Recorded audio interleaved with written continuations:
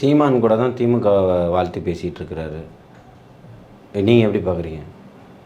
எங்கே வாழ்த்து பேசியிருக்காரு? அவர் ரொம்ப நியூட்ரலாக போய்கிட்டு இருக்காருன்னு சொல்கிறாங்களே. யார் அவர் நியூட்ரலா? ஒன்றா நம்பர் பச்சோந்தி கூட கொஞ்சம் நேரம் கழித்து தான் கலர் மாறும், அவர் உடனே மாறுவார்னு எல்லாருக்கும் தெரியும். ஒரு பச்சோந்தியை போய் நீங்கள் நியூட்ரல்னு சொல்கிறீங்களே, எந்த விதத்தில் நியாயம்? அவர் திமுக அரசையும் சாடுறாரு, அதே சமயம் பாஜக அரசையும் சாடுறாரு. இல்லையே, திமுகவை எங்கே சாடினாரு? திமுகவினுடைய கைப்பாவையாக தான் மாறி போய் இன்றைக்கி உட்காந்துக்கிட்டு இருக்கிறாரு. பார்த்துட்டு வந்ததுக்கப்புறம் தமிழக வெற்றி கழகத்தை தான் இன்றைக்கி வந்து அதிகமாக விமர்சிச்சுக்கிட்டு இருக்கிறாரு. இல்லை, இதுக்கு முன்னால் பல இடங்களில் திமுக அடித்து பேசுகிறவர் அவர் தானே பேசுகிறாரு. அது பொட்டி வாங்கியாச்சு இல்லை, வேற என்ன?